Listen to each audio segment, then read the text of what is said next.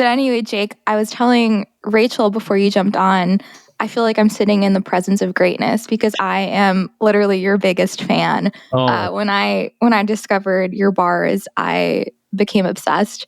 I have a monthly subscription. I have a whole box sitting in my fridge. I tell all my friends about it. One of my new friends I also got on the Rawr Organics train recently. But I'm so excited to sit down and talk with you guys because I'm probably most passionate about your bars in terms of any like wellness product that I consume on a daily basis. Oh, thank you. How did you find that? I'm curious. Honestly, I think someone mentioned you guys. I think it was through social media.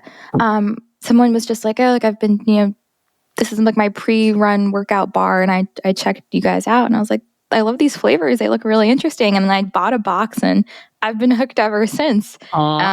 And that was like 2 or so years ago. So awesome. How long have you been doing your podcast? I've been doing my podcast. It'll be 2 years in May. Wow. So I started WellnStrong as a blog in 2020, and then felt called to start a podcast. Yeah, 2 years ago. And I actually left my full-time job in December. I worked in finance for the past 8 years. That's my background. And I was like, you know what? I'm 29. I currently don't have a family. Now's the time to maybe, just try WellnStrong full time. So it's been a journey, as I'm sure you both know, but I'm still trying to find a groove and a work rhythm, which has been a challenge, especially when you wear, all of the hats.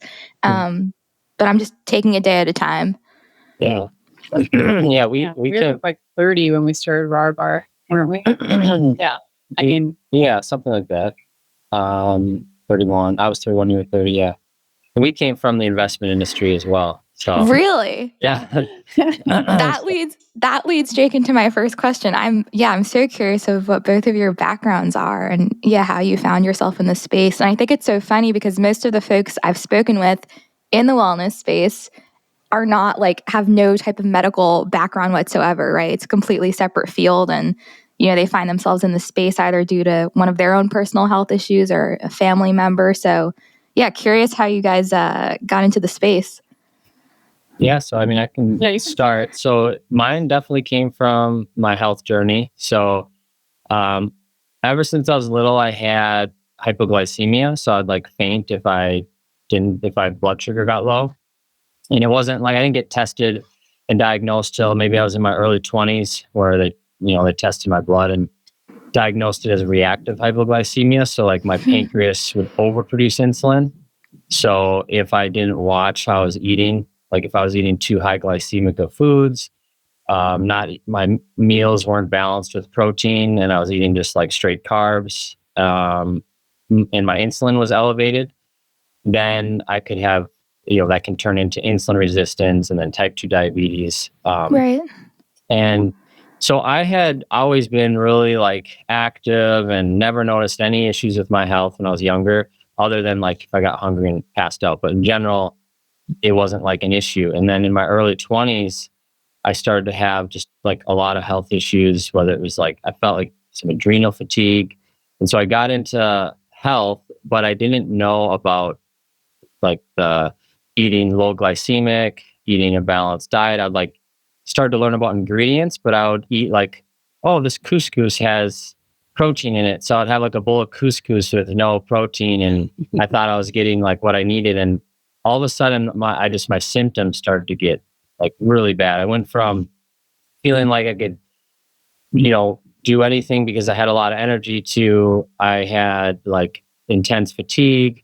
I would go walk half a mile and I'd get tingling fingers and lightheaded and my legs felt weak all the time, shortness of breath, all of these symptoms that were really scary at the time because I had never experienced anything like that. And so I initially went to a clinic and I knew I had a history of hypoglycemia. And so I kind of mentioned that and told them what the symptoms, and they said, "Oh, you're just getting low blood sugar. So why don't you make sure you get some sugar when you start to feel like that?" And so I was like, okay. And I had trail mix. I'd pick out the cranberries and the dark chocolate chips. And I would just take straight sugar and carbs if I started to feel lightheaded. And that just kept obviously making it worse because that wasn't like the solution. And thankfully, I had a friend who was really into health, and he started to research for me. And he was like, "Hey, you need to look at this article from this like doctor who is like, he's an MD, but he's also like on the holistic side." And he had this huge long article about how like those symptoms are insulin resistance, and the key to reversing that is to actually shock your system by eating everything low glycemic, reducing your carbs, and like cutting out obviously all processed sugars and carbs. And so as soon as I started doing that, immediately I felt relief. And it did take months to like fully reverse, but that like led me into even diving deeper into like health. So I went pretty like strict on my diet for like quite a while. What did that look like, Jake? I'm just curious. So I did two things. I went like, so everything, I studied the glycemic index, and so everything had to be like a low glycemic meal, like a low glycemic load. And so I was just, and I had to have protein with every meal. So I wouldn't do any carbs by itself. So I would do like chicken with like in a small portion of either like a low glycemic grain, like, or medium to low, like quinoa or long grain brown rice or beans. And then sweet potatoes I would do, which and how you cook them can be a little bit higher glycemic, right. But and yeah, and so then I also started to get really into like the micronutrients. So I was growing wheatgrass and sprouting and That's making awesome. kombucha and like I love that. Green smoothies every day, and my green smoothies were heavy on the greens with just a teeny bit of like fruit. Was this before you met Rachel too? Yeah. Okay. Yeah, so he was like already on this journey like prior to meeting you. 2010 when this happened. Okay. And yeah, and so basically like I went from probably like, because I had really elevated levels of insulin, they said. And it was my cells. So part of the reason I was getting those symptoms is my cells weren't receiving the insulin and I wasn't getting the sugar in my muscles. And so that's why I was having all these weird symptoms and feeling really messed up. And so like doing that big switch to that diet, and it was like all whole foods diet too, nothing processed. It started to reverse, and then slowly like I felt like I could start exercising and like I felt more stable. I wouldn't get like lightheaded, and I was able to, after probably when we met like a few years later, I could loosen up a little bit with my diet a little bit, and because basically now I don't have to be quite as strict. I am, eating healthy, but I can have more of like a cheat meal. But for a while, right. Till my body prepared itself. So that was kind of like I was forced into it, and I'm looking back, like, I'm thankful that I found out about, eating healthy and reversing those things through diet and not having to go the medical route. But so yeah, that's just a little bit about kind of what led me into the health. Wow, what a journey. Jake, have you ever used, now they're like so popular, everyone's using them, but continuous glucose monitors, like when you were in your 20s to assess? For a while I did the finger pricking, okay. But I've been thinking about adding that because we have some customers that will tell us they use it with our bar and they stay stable. And I did. I used one for the first time a few years ago, but I like to do it every so often just to see how my body's changing. But I had a levels CGM in like 2 weeks ago, and one of the things I tested were your bars, and I just was amazed. I was expecting it to like be fine anyway, but it was cool to see the confirmation that it didn't spike my blood sugar, which is really, really awesome. So yeah, I highly encourage people. Everyone's different. There are certain things that tend to spike one's blood sugar over another person's. Like I'm super sensitive to sweet potatoes, for example. So I'll try to like mitigate the spike by adding coconut oil to it, or, like you highlighted earlier, like pairing protein. But it's a really helpful tool I found.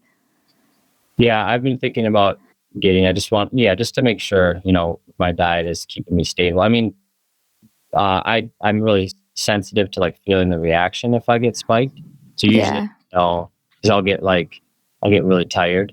So blood sugar spiked, I'll tired and crash and then feel hungry after kind of thing. But it'd be good to know, so. So interesting. Yeah. Insulin resistance is so common nowadays, sadly, mostly from our diet. So it's just, the more we can create awareness and education around it is really important. And Rachel, now, how did you, obviously you met Jake. So what was the progression of like the creation of this company? Yeah. I can share a little of my own health journey too before we jump in, because absolutely together there. So when I first started dating Jake, I was really into fitness. I've always been like athletic. I was a distance runner in high school and college. And through a back injury, I got into bodybuilding to try to like build and repair the muscles. And that's when I started uncovering the importance of like macronutrients. So Jake over here is really into the micro when we met, and I was really into the macro. So I was super focused on getting enough protein and just based on my training, certain amount of carbs and fats and stuff like that. So I read labels, but not for the right reasons. Like I was always looking at the nutrition facts and not always the ingredients, where he was looking at the ingredients, not the nutrition facts. Right. And my brain was kind of like a calculator when I met Jake, because I had tracked my meals for all of the training. And so when we started dating, I was sponsored by a protein bar at the time. And the only reason I chose this particular bar to consume on a daily basis was the fact that I was sensitive to gluten. And back in like 2011, 12, 13, it was like the only gluten-free bar. Now there's probably a ton of different bars. So I was eating this bar on a daily basis. And, I kind of noticed after a few months, I wasn't feeling great from it. And I was making the correlation that I'd be sloshy and bloated from it. And then when I was dating him, he was like, this bar is trash.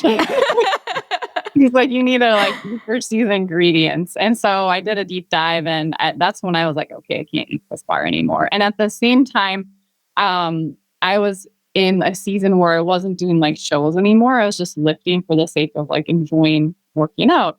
And I had gone 2 years without a period.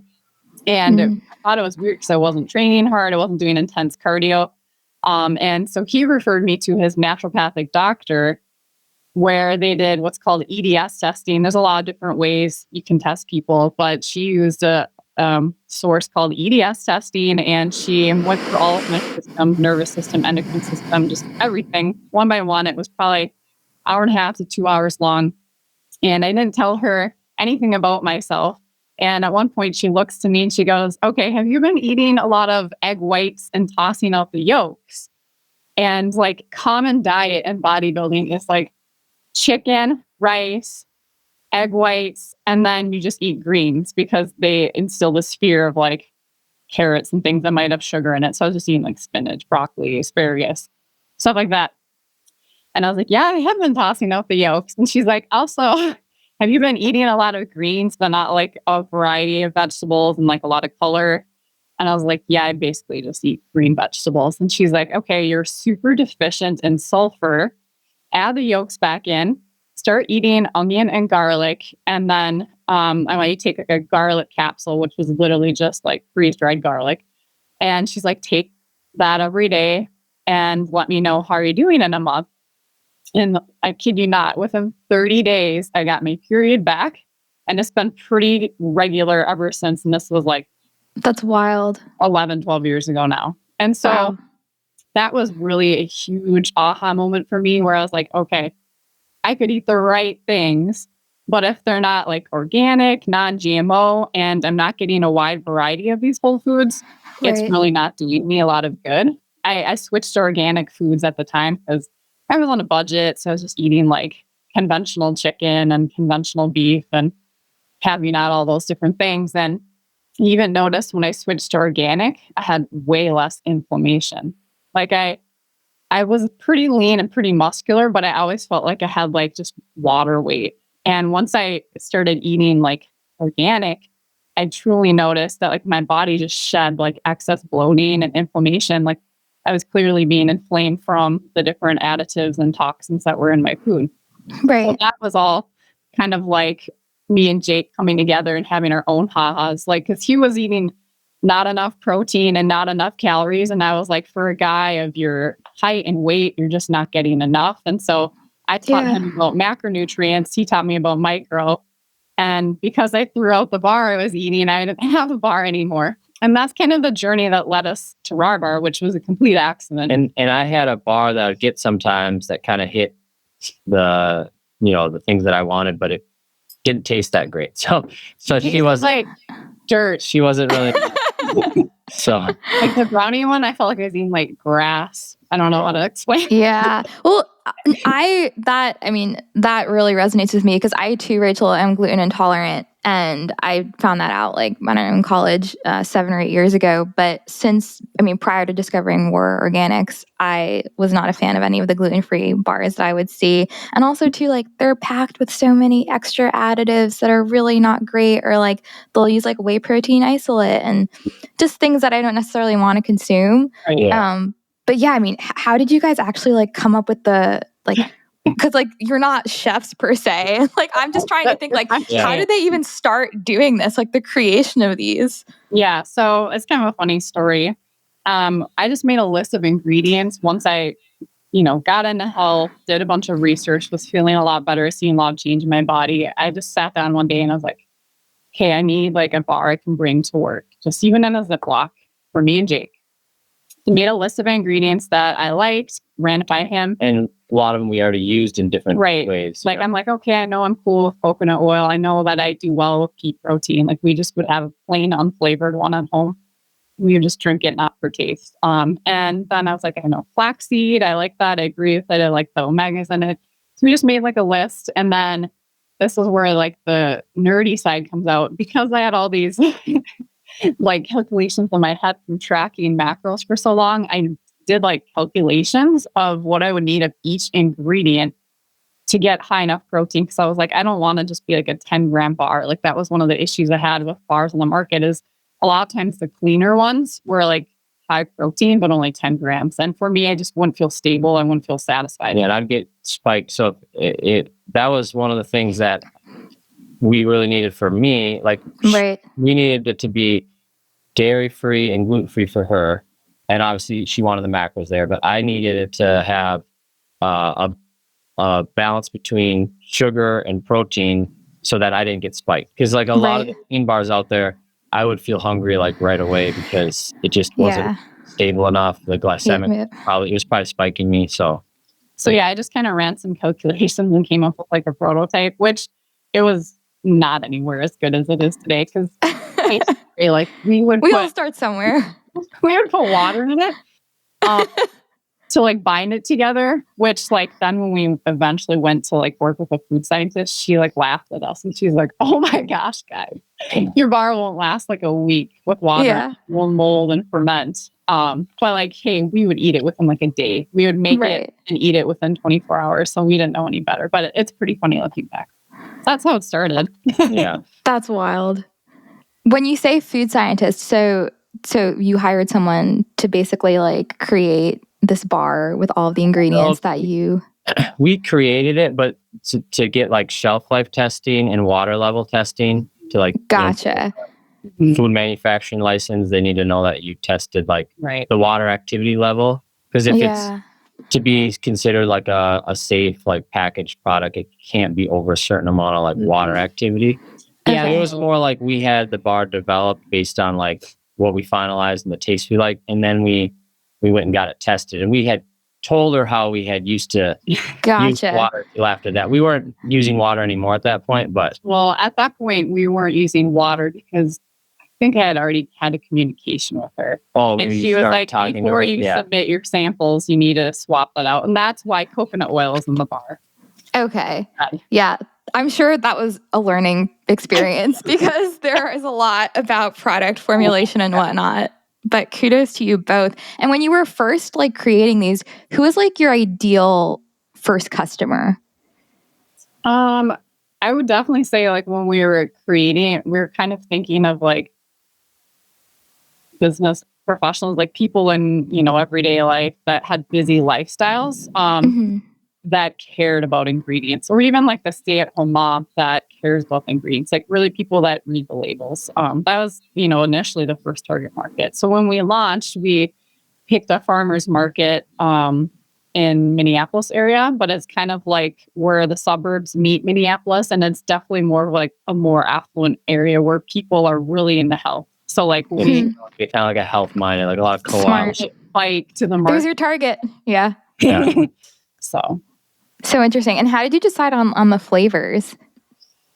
I think that was just like personal preference. Like, always loved almond butter and peanut butter. So we only launched with 2 flavors. It was our dark chocolate almond and dark chocolate peanut butter. And we just knew it would kind of progress from there. But we just started with like 2 staple flavors. My favorite is the raspberry chocolate. Dark chocolate and raspberry is like my go-to. And then That's one of my favorites. Yeah. And the cake one is my favorite. Is it cake batter or whatever? I'm obsessed with it. I told you I have a new friend, and I brought him a bar the other week, and he was just like, "What is this? This is amazing!" And I was like, "You have to try all these different flavors." So I'd be going every so often to like bring him bits of like the other ones. I'm like, "You have to try these," but they're just they're unreal. I love having like I'll have half of one. I have to like restrict myself because I have no self-control with them. So I literally have them in my fridge, and I will like cut them. I'll be like half a bar before my run, like half a bar later. But they're just amazing. So kudos to you both. And can you highlight too? So you already mentioned, Rachel, like some of the benefits, like it's dairy-free, it's gluten-free. What other ingredients, or even just, benefits of the bars themselves, do you want to like emphasize for listeners? Well, something exciting that we have not announced yet is we just went through the kosher certification process. And so basically just waiting for the final certificate to hit our desk here. But in a couple of weeks, we'll get to announce that to customers, which will be fun. But yeah, gluten-free, dairy-free, soy-free, non-GMO. The majority of ingredients are organic. There's a few that aren't, just because like almond butter is 3 times the price. I know. That we still want to have like a $4 bar for customers. Like we're trying to make it as affordable as possible. With the goal of eventually we want to have the last remaining ingredients that are organic. We want to switch those over as we're able to. Right.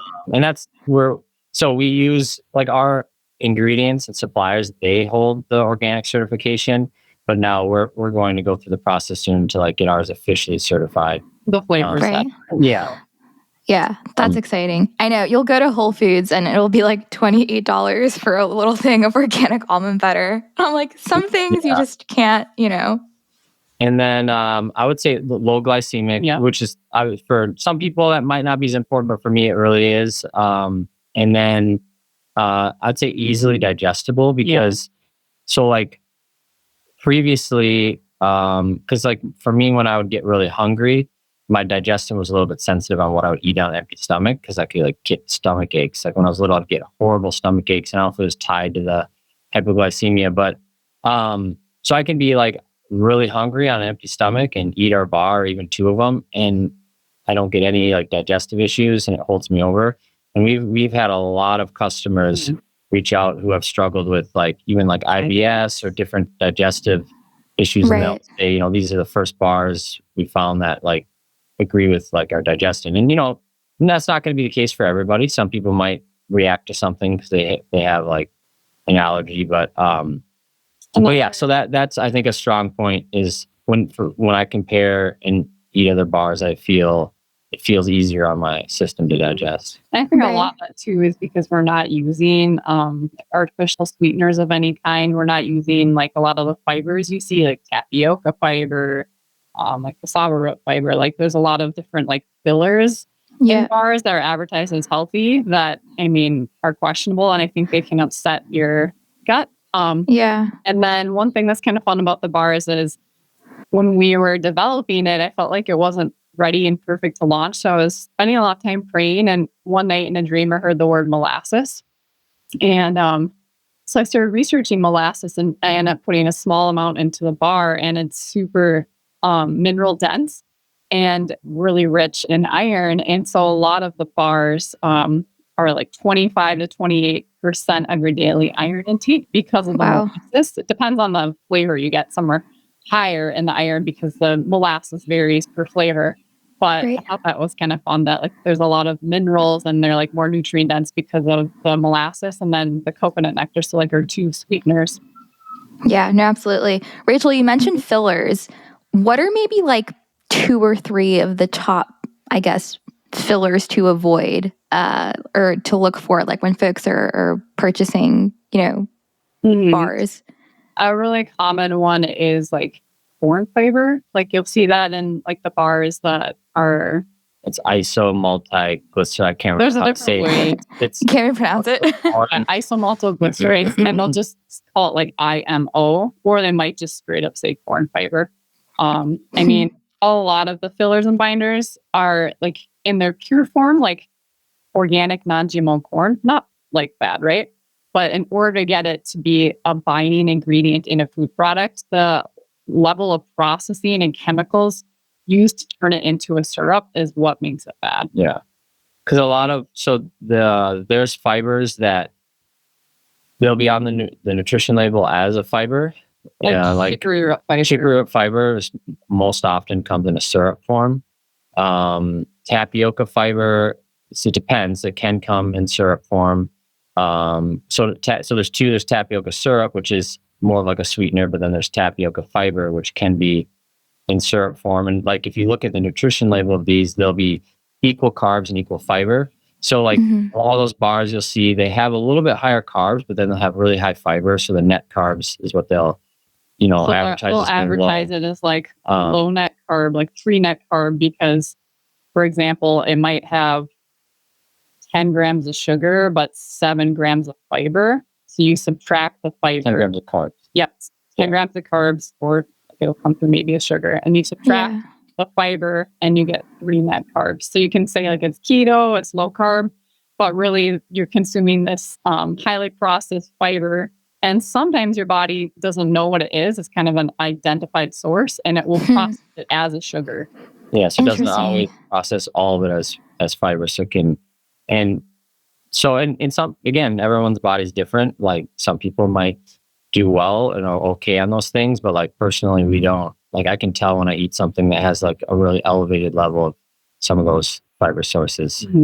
So it's hard to narrow it down to like top 3 because there's so many, and they're like the research on them is so limited because a lot of what we're putting in our food these days has only been in use for 10, 15, 20 years. So there's not a lot of long-term data yet. There's just a lot of short-term data. Right. But like some things that make me a little on the leery side is like xylitol, sucralose. I'm not a huge fan of stevia. Like anytime it's 0 calories and it's a sugar, I'm just like, I was just going to ask you both what your thoughts were on monk fruit, because that obviously is like all the rage right now. And I know there's obviously been a shift. Yeah. And there's been a shift in, monk fruit with erythritol because, research has come out that that's really not super great. So we see a lot of products or brands rather like shifting to monk fruit with allulose. But to your point, right? Like, sure, it may not spike blood sugar, but there's not too much research on it. So I guess I mean, you're not a fan of stevia, but I mean, does that apply to monk fruit as well? Monk fruit is one that I'm kind of in the beginning stages of researching right now, but there is not much research on it. Like the fact that same with allulose is kind of more new in its research. So I know it comes from like a fruit, and obviously eating something in its natural state, like the way God designed, is best. But what I want to look into is how it's processed and made into the sweetener that it is used today. But there's really not a lot of data on it, which is interesting. I always hesitant to like make something a staple in my life when I know it's 0 calories, just because that's the original state that most food comes in. But in my beginning stages, I haven't found much so far. I'll just say that. Okay, that's interesting. Keep me posted on your research because I am curious what you find. Because some things, the processing, it depends how it's processed. Sometimes you're taking something out that's beneficial, and the processing, they're not using harmful chemicals. High heat isn't altering that ingredient to make it unstable in your body. Some processing is okay, I guess is what I'm saying. And so it's just whether or not that's the case or not. So, yeah. Yeah, that makes sense. One thing I did want to just tell you both that I really, really appreciate are the Bible verses on each package of the bars. Whose idea was that? I think it was probably mine. I think it was your idea. Yeah, I mean, I loved it, but I didn't think. Yeah, I think you thought of it. And I thought it'd be fun to have a different one for each flavor, because I love that. Every day is different. You're going through different things, and so I was hoping that it might hit whatever someone's going through or whatever season they're in, just not having the same script on every flavor. And so like a fun one is like a more Valentine's Day flavor, strawberry, 1 Corinthians 13, which is a chapter on love. So it's just kind of fun. I love that. I know that's well, I'm Christian as well. And, one thing I really try to do is just share the gospel through whatever I'm doing with WellnStrong, right? Be that podcast conversations or illustrations on my Instagram. So I think it's just a really beautiful way to integrate your faith into your product and, share with non-believers or people who don't know God. So I think that's really beautiful. We used to be a lot better about praying over the product when we shipped it. Now it's just easy to get busy, right? But I'm sure. Get back to the basics. We used to just pray when we bring all the shipments to the post office that, people would find a scripture and that it would impact them, and that people that are looking and seeking for truth would find it. So I love that. That's so beautiful. Do you guys have any plans to you're not in any retail stores, correct? Or are you? Not any large national chains, other than some Nautical Bulls. They are a smoothie bowl shop that's franchised over the past couple of years. And they maybe have 80 locations. They don't, not all locations sell our bars, but they use our dark chocolate peanut butter bar as a topping. It's comes in a chunk. We cut it up into chunks and comes in. So it's a primary topping they use. Other than that, we're in maybe 100, maybe 200. Yeah. Like mom and pop shops, gyms, cafes. Yeah. Local holistic clinics. We're a lot of chiropractic and holistic clinics. Mm-hmm. But this coming year, right now we're building a new facility because we've outgrown our space that we're leasing. And so by the end of the year, hopefully we're in that, and we're automating our production. So we're creating the capacity so that we can try to approach Whole Foods and Target and get in co-ops. So that's kind of the next phase, is hopefully being in more available in stores. So right now, everything is handmade from start to finish. Right. I just recently pulled myself out of the kitchen a few months ago because we have a baby, and once he started to crawl, I was like, okay, I think he's the kitchen. But the first 6 years of business, basically made start to finish with the team, and did a lot of the heavy lifting and carried a lot of the load there. And I'm sure.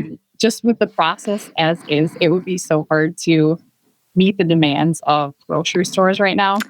I was just thinking that. Yeah, so we're trying to kind of stay a little hush hush until, like Jake said, we're fully automating. But it has been something we invested in a machine a couple of years ago, and we've been working on figuring it out and kind of doing very minor tweaks to the recipes to make them able to extrude. And sometime in hopefully spring of this year, we'll be able to make that large transition. But that will probably be one of the bigger projects we've ever done. It was a longer process for us because a lot of bars will add in. That's the primary purpose of those fiber sources, is to bind the bar without.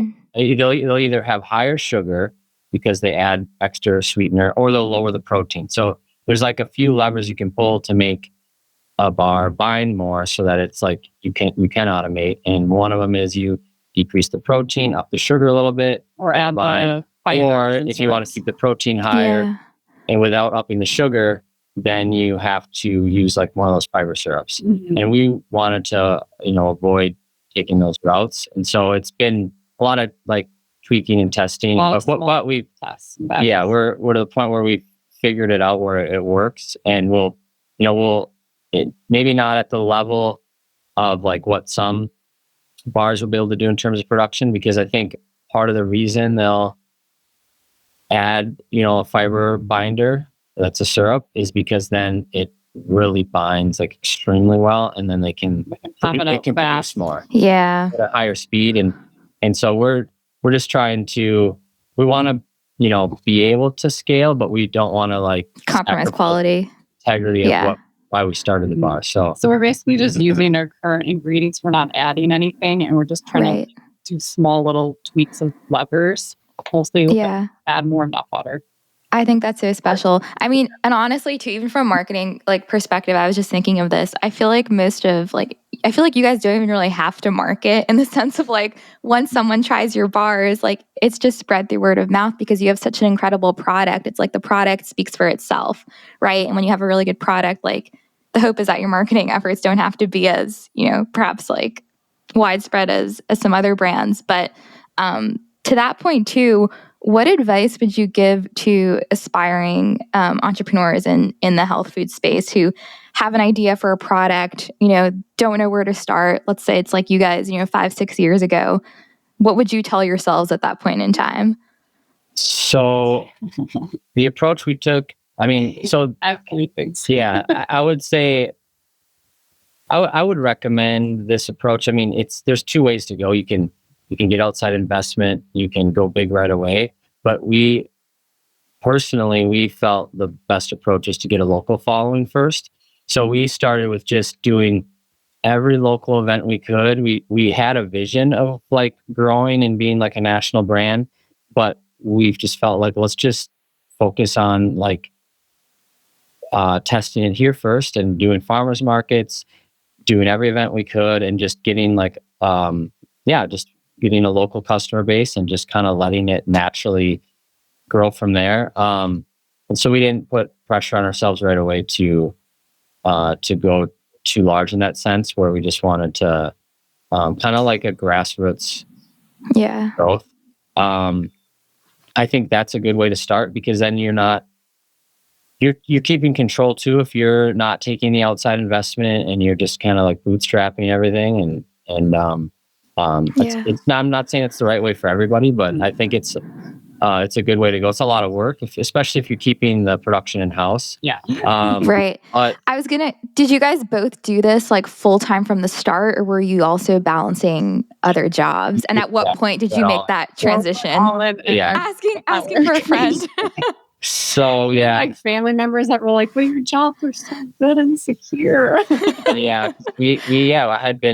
was a financial advisor for like 7 years, and wow. I was at a practice where the owner, she wanted me to start buying equity and eventually take it over, and it's hard. It was a big transition, but we felt like God was really guiding the whole process, and He put this on our heart, and we just felt like a calling to make this transition, and like we have a mission aspect to like the business that we just felt like this is the direction, and so we had purpose. Like it really helps if you're making this jump where you feel a calling and a purpose in it. Right. Right. But and it was also our passion. We were really passionate about health. Like I definitely enjoyed helping people with their investments and financial planning, but my passion was really like in health. And so yeah, I mean, going all in, I think it would have been really hard because there was a couple years where we were thinking about doing the bar, but we were still like in our careers, and we just realized like it would be really hard because we were so busy with that. And so we just really felt like God was guiding us to just basically go all in. And so yeah, we did do that. And then like the other thing I'll mention, and then I know you have some stuff, is that like when you start something as an entrepreneur,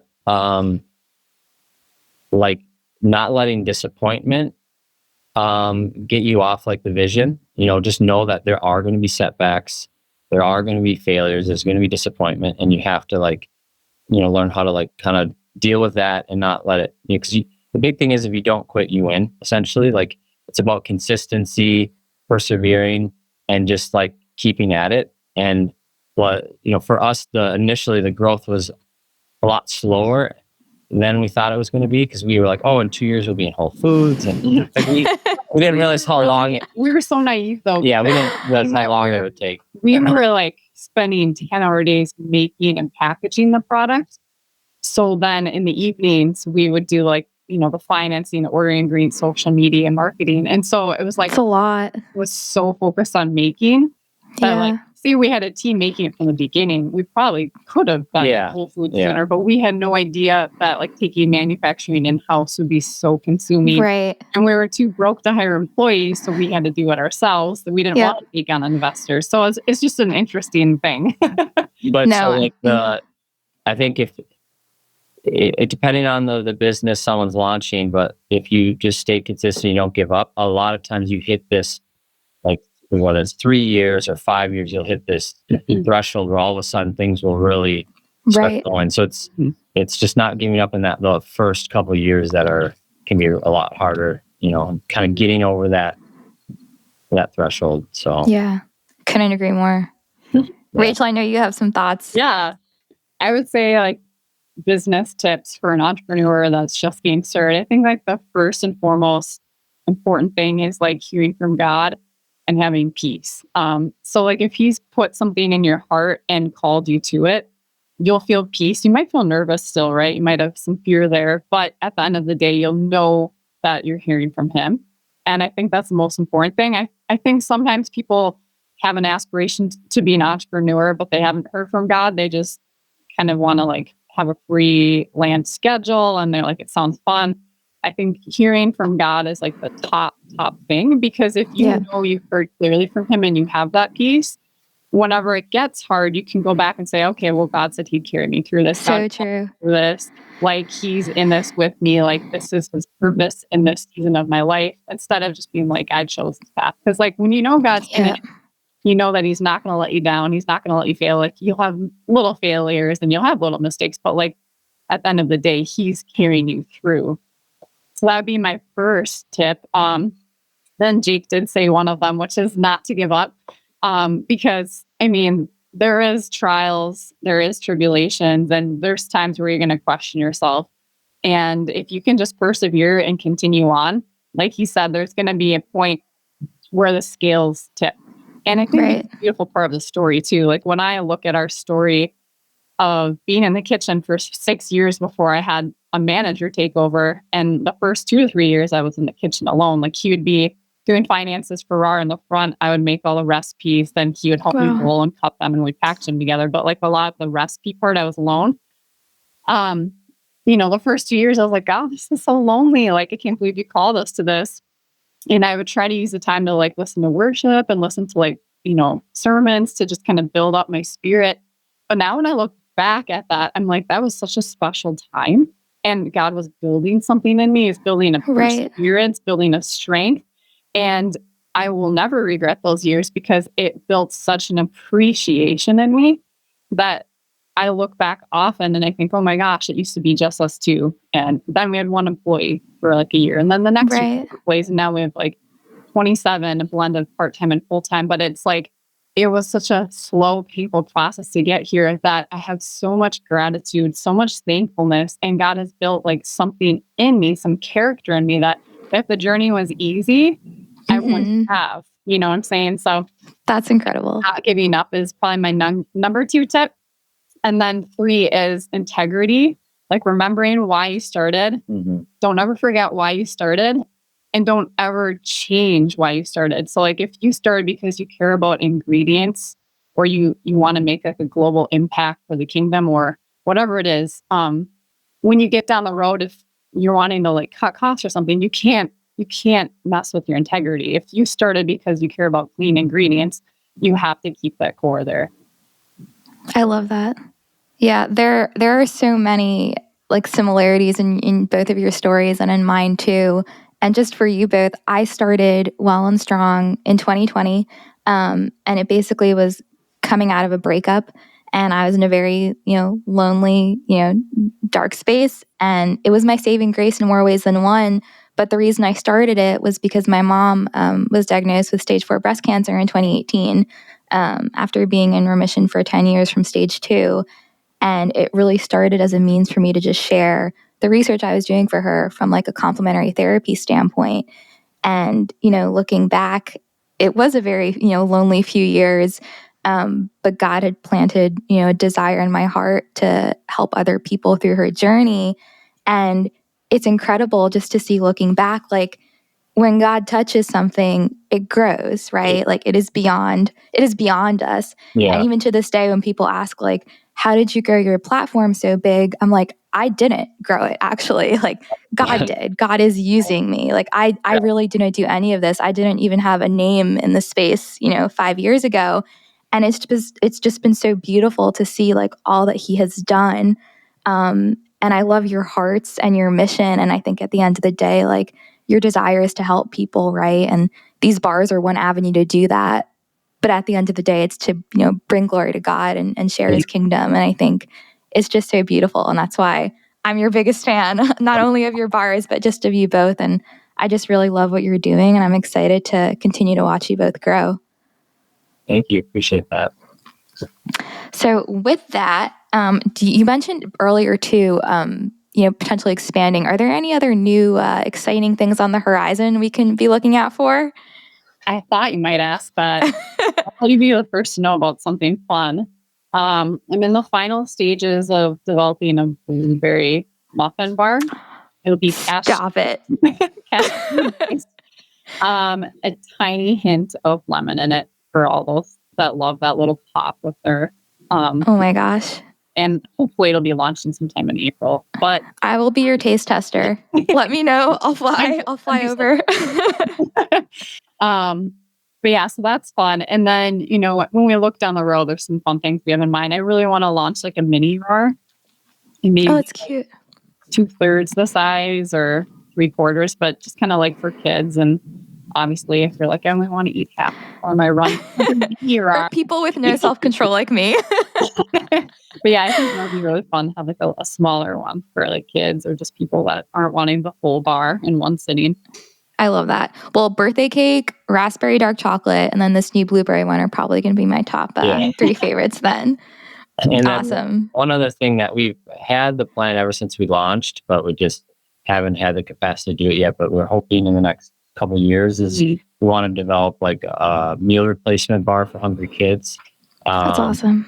And so we don't know what that's all going to look like. We have some connections in terms of like certain things that maybe would make sense in developing it especially for kids that are need surgery but they need their malnutrition. And so, but yeah, so that's a plan in the works. We haven't started anything with that, but that's kind of the other thing is we'll probably eventually figure out how like certain amount of bars are purchased, a certain amount of bars are sent. Because before we launched, so we launched the bar in 2018, and before we did that, so we left our careers in 2017. But at the end of 2017, we went to Africa for 3 months and served with an organization there. And that kind of, we had the idea of the meal replacement bar before then, but that, like we saw like existing like feeding programs because they had a couple schools that were like actually top in the nation, and they would provide like one meal a day, and we would like play soccer with kids and get to know them and stuff, and find out like a lot of them no breakfast. They just came school hungry. They would get lunch, and a lot of times a lot of them, unfortunately, that was like the only meal they were getting that day, because they weren't out in an area where like they lived on a farm that could produce food where they would have access to food. It was like more on the outskirts of a city and like kind of like a rough like area where it was like no electricity, no plumbing, and not a lot of access to food. And so but yeah, so we just thought, not that this would replace any of the existing things people are doing, like, because a lot of that's more like a staple meal, like a lot of it's beans and rice, those meals, but it'd be like to supplement some of that. So like, okay, here's a bar where there's a breakfast. It could be like a breakfast, so that way, like going into the school day, they have like more. Right. Yeah. So, and then I mean, that's not just like that was. We saw how that would work in what we were doing in Africa, but obviously we would look to have it even, in America or globally. Yeah. Just wherever we build relationships and connections where it just makes sense for what they're doing. That's kind of a thought we have. When we were in Africa too, another thing we saw that was really common in some of the villages that didn't have access to like electricity. Some didn't have a well nearby, or they had a well that had dried. So they were making these long treks. Like this one village we visited, the moms were going to a river twice a week, and they would leave at 2 a.m. because of the heat, carrying a vat on their head and then carrying it back. And I'm just thinking like a 6 hour one way, 6 hour 12 hour. journey, 12 hours in a day, but 6 of it carrying a vat of water back on your head. That was their drinking water, because they had a river nearby, but you couldn't drink. It was just for like your clothes, but you couldn't drink it. So that was like the only drinking water they could get. But it wasn't just their drinking; it was like what they washed their dishes and what they bathe, like damp their body down. Like it was cooking. So it was like this little vat. Like, and we drink a lot of water. And like we could drink through that in 2 days without using it for cooking and cleaning and all the other things. And so knowing that like dried rice and bean packets are being handed out to these kids, they're having to go home and use their water to prepare it. And then another thing, the rice and beans are being sent in shipping containers from America, which is so amazing, so generous that we're doing that. But a lot of it is probably genetically modified rice. It'd be so cool someday to like help people become self-sustainable, because in Africa, most of their food is organic, fresh from the earth. Like to be harvesting the rice and beans there locally for themselves, but also to be able to give them like an organic meal replacement snack, like a little carb bar that is shelf stable in the heat, that foods that they're used to consuming, that their tummies are used to digesting with different plants and herbs. Yeah. Well, man, eventually it'd be awesome. We thought it'd be cool to like locally source ingredients and like stuff. We have a manufacturing facility there someday where they're growing the crops, they're harvesting them, they're making their own little meal replacement bar, so it's like self-sustainable, and then they're giving to the community. We know that'd be a really large undertaking, but that's what's in our hearts, like long term. That's incredible. I know. I'm so glad you brought that up, because I see the map of Africa behind you both, and I also know that 10% of proceeds are donated to African children, which is absolutely incredible. So kudos to you both. I can't believe we're almost at the hour. We need to have another episode, because I just want to pick your brains on so many other things. But I do want to be conscious of your time. So with that, where can listeners find you guys? Where can they pick up a Rawr bar? Anything else you might want to share in terms of, folks being able to reach out and contact you guys? Yeah, I would say like on Instagram. That's kind of, and then our website. So it's rawrorganics.com, RAWR organics.com. And then our Instagram is at Rawr Organics. And yeah, we'd love to hear from you. So if you're a new customer, give us a little shout out or send us a DM. We do like to read messages to the team. We do like a monthly prayer meeting, and we read a bunch of shout outs at the meeting to just let the team know like the impact they're having, and it's super fun. That's awesome. That's beautiful. Well, I hope to one day meet your team, because you both are incredible. So I can only imagine how great your team is. Yeah. But I'll be sharing the links to everything in the show notes. And my last question for you both, and this is always my favorite one to ask, and that is, what does being well and strong mean to you? So I would say for me personally, first, like being well is like my relationship with God, having that at the forefront, because I've had seasons of my life where I focus more on being healthy, and that's great. And like, I feel really healthy because my diet's really dialed in, and I'm working out and everything. But if I'm neglecting like the spiritual component, like that's, I'll start to eventually feel like I just dry up and I don't have the same level of like fulfillment. And so number one is definitely that, like my relationship with God and spending time with him. But then from there, like personally, it's just consistency of like what I'm eating, what I'm putting in my body, and then exercise. Like when I feel like I'm fulfilled and connected spiritually, and I'm like, you can feel the difference in your body when you're eating clean versus eating junk. So there's like just a lightness you feel, and like just you feel good inside. And then if you're like exercising, staying active, like if I have those three things, staying consistent in my life, that's like my definition. And it's like a feeling you have. You feel really, I don't know, you feel really well-rounded, and you feel really like, energetic and light and so. Love that. I would say for me, it's quite similar, but I would say like spiritual, physical, and then looking outside of yourself. And so like, I think your relationship with God has to be the focal point. And I also feel like, and this isn't why we spend time with God and in his presence and getting to know him, but I think a perk of it is I notice people that spend the most time with God, they like exuberate joy, or like they just even keep like their youthfulness. It's like their spirit is so alive that like their skin and their body like shows the health of that relationship with God that's like nourishing you from the inside out. So I think like that relationship with God is number one. And then like your physical health, your physical body, like this getting the sleep, drinking enough water, eating well and working out.